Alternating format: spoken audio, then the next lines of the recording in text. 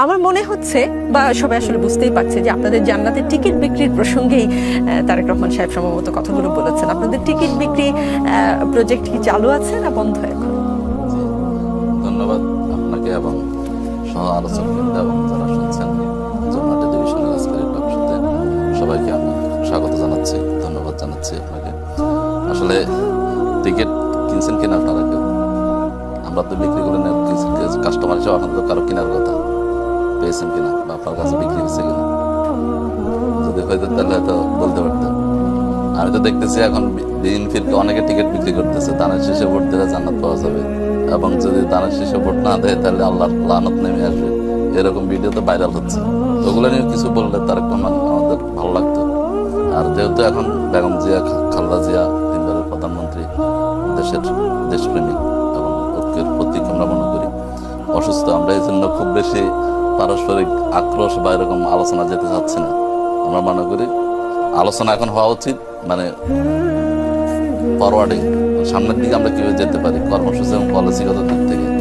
আমরা সেই 71 সেই পুরাতন ইতিহাস আলোচনা করতে করতে আর হচ্ছে যে ওই যে ভাই বললেন না, ফেসিবাদের আলোচনা আমাদের মধ্যে আসে না। আমরা একে অপরের উপর কিভাবে কে কার হচ্ছে ভালো, কে কার চেয়ে খারাপ করছে এগুলো নিয়ে আলোচনা হচ্ছে, সেটা আমরা দিয়ে যেতে চাচ্ছি না আর কি।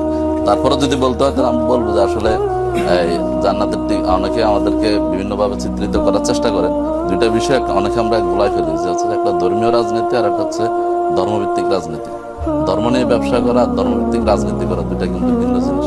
সেটাকে আমরা বুঝতে না পেরে আমরা অনেক সময় মানে হচ্ছে আমি রাজনীতিকে একরকম ভাবে দেখতে চাচ্ছি, কিন্তু আদর্শিক দিক থেকে, গঠনগত দিক থেকে, বিশ্বাসের দিক থেকে দুইটা রাজনীতি দুই ধরনের।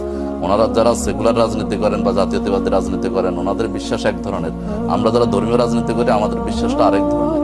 আমরা মনে করি, আমি ওই দিনও এটা আলোচনায় বলছিলাম, আমরা মনে করি আমার এই রাজনীতিটা আমার ইবাদত, কারণ আমার Islam is the complete code of life.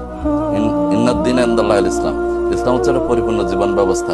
এখানে আমি শুধু মসজিদে গিয়ে নামাজ পড়বো, সময় আসলে রোজা রাখবো আর হজ করবো, জাকাত করবো, এটা not Islam. It is not complete Islam. Complete Islam মানে হচ্ছে যে আপনার এখানে অর্থনীতি আছে, এখানে রাজনীতি আছে, এখানে সংস্কৃতি আছে, এখানে একজন মানুষের দোলনা থেকে কবর পর্যন্ত, জন্মের পর থেকে মৃত্যু পর্যন্ত পুরো জীবনটা নিয়ে হচ্ছে ইসলাম। আমি শুধুমাত্র সেকুলারিজম তো আমি বিশ্বাস করি না, আমি তো ধর্ম কমপ্লিট কোড অফ লাইফ হিসেবে বিশ্বাস করি, দিন হিসেবে বিশ্বাস করি। দিন মানে হচ্ছে একটা পরিপূর্ণ জীবন ব্যবস্থা। আমার এখানে কোনো কিছু আমি আমার মতো করে করলে হবে না, আমাকে অন্য ধর্ম থেকে ইসলাম ধর্মের স্বাতন্ত্র বা পার্থক্যটা এই জায়গায় যে ইসলাম আল্লাহর কোরআনের একটা আয়াত হচ্ছে আফাতুমিনুনা বিবাদিল কিতাব ওয়া তাকফুরুনা বিবাদ ফামা জাযাউ মান ইয়াফআলু যালিকা মিনকুম ইল্লা খিজয়ুন ফিল হায়াতিদ দুনিয়া ওয়া ইয়াউমাল কিয়ামাতি ইউরাদ্দুনা আলা শাদ্দিল আযাব। তুমি যদি কোরআনের কিছু অংশ মানো আর কিছু অংশ ছেড়ে দাও তাহলে তোমার জন্য দুনিয়াতে লাঞ্ছনা, বঞ্চনা এবং পরকালে কঠিন আযাব। এখন আমি ইবাদত করলাম আকিমুস সালাত বলার কারণে, ওয়াতু যাকাত বলার কারণে জাকাতও দিলাম, কুতিবা আলাইকুমুস সিয়াম বলার কারণে রোজাও রাখলাম, কিন্তু আমি যখন আকিমুদ্দিন, দিন কায়েম করে এই কথা বললাম, আমি বললাম যে না, ইসলাম নিয়ে রাজনীতি করা যাবে না, রাজনীতির কথা বলা যাবে না। আমি যখন বলবো যে হালাল্লাহুল বাইয়্যা ওয়া হারামার রিবা, তখন আমি সেখানে আমি ইসলামের অর্থনীতি আমি মানবো না, সেখানে আমি আমার মন মতো করবো। এটা তো দুইটা বিশ্বাসটাই ভিন্ন। তাহলে আমরা যারা ধর্মীয় রাজনীতি করি আমরা মনে করি এটা আমার ইবাদত, আমার এই ইবাদত আমার প্রত্যেকটা কাজে আমার সওয়াবের অংশ। এবং আমি আরেকটা কথা বলছি, সেটা হচ্ছে যে আমরা জান্নাতের টিকিট বিক্রি করি না, কারণ হচ্ছে জান্নাতকে দিবার মালিক আল্লাহ।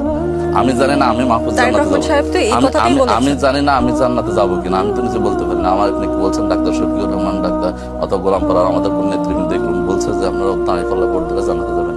এখন কোথায় কে কি বলছে সেটাকে নিয়ে এসে পুরো দলের উপর আপনি দিয়ে দিচ্ছেন, যেটা আমি বললাম যে বিএনপির অনেক নেতা তো বলতেছেন তারা যে আমাদের দলের খুব ছোট নেতা তাও কিন্তু না। অবশ্যই আপনি দল বলেন, সিনিয়র কোন নেতা বলছে আপনি রেফারেন্স দেন, আমি তার নাম বলবো। বলেন।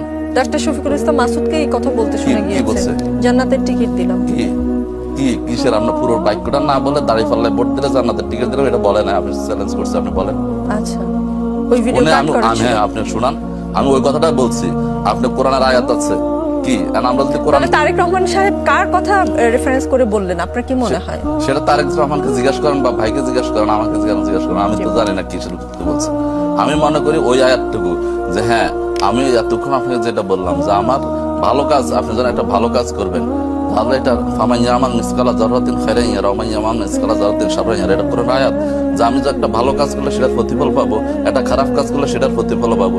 তাহলে ভোটের মাধ্যমে আপনি একজন অসৎ ব্যক্তিকে নির্বাচন করবেন, আপনি যখন মদখোর গাঁজাখোরকে নির্বাচন করবেন, তাহলে সে যত খারাপ কাজ করবে সেটার ফলাফল আপনি পাবেন, কারণ আপনি নির্বাচন করার সুযোগ দিয়েছেন। আবার আপনি দেখুন ভালো মানুষকে নির্বাচিত করেন, সৎ মানুষকে নির্বাচিত করেন, খোদাবির মানুষকে নির্বাচিত করেন, সে যতগুলো ভালো কাজ করবে সেটা সব আপনি পাবেন, কারণ আপনি ভোট দিয়ে তাকে সুযোগটা দিয়েছেন। জি, শেখ এটা রবিউল আলম বলাটা কি আমার নিশ্চয়ই কি অপরাধ?